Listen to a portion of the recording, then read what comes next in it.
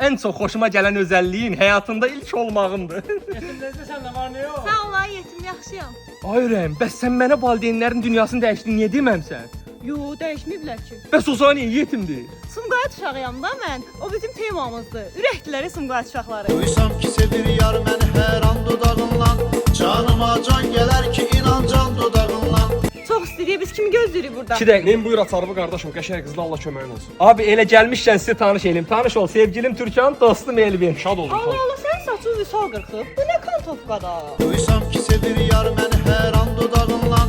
Canıma can gələr ki inan can dodağından. Oldu ata, yaxşı. Nə olub? Atam da deyir bağa gəlirəm, tez çıxaq bağdan. Dəli sən, denən bağda su gəlmir, gəlməyəcək o bura. Özdə Nazım kişi çox paynaqlı kişidir. Duysam ki sevir yar məni hər an dodağından. Canıma can gələr ki inan can dodağından. Məni üzrü say istəyirəm, biraz nastire emasızın da sənin aran yoxdur da belə şeyin. Təklif eləmirəm. Məzələnsən, ölürəm paxmeldəni. Dünənləri Tofiqin ad günündə 6 nəfərə 8 litr necəsən?